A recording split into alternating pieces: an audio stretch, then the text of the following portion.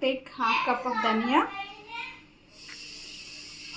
jajikaya, 2 spoons of maratha banka, 1 spoon of soap, 2 spoons of star anise, 2 spoons of dalchin chekka, 2 spoons of clove, 2 spoons of anaspu. Transfer one by one in the container.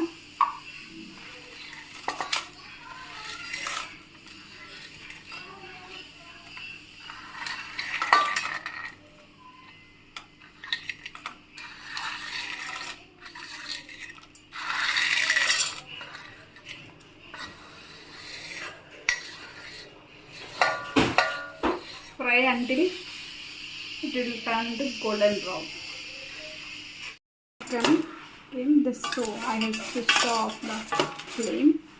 Then after cooling down, you have to mix this masala. Then biryani masala is ready. It is fried without oil until aroma comes.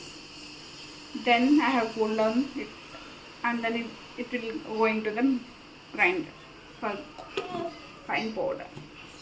Shadows. The final biryani masala is ready. It's little bit darker in color than garam masala. You can use it for biryani. And after it cool down, you store it in a glass container and use for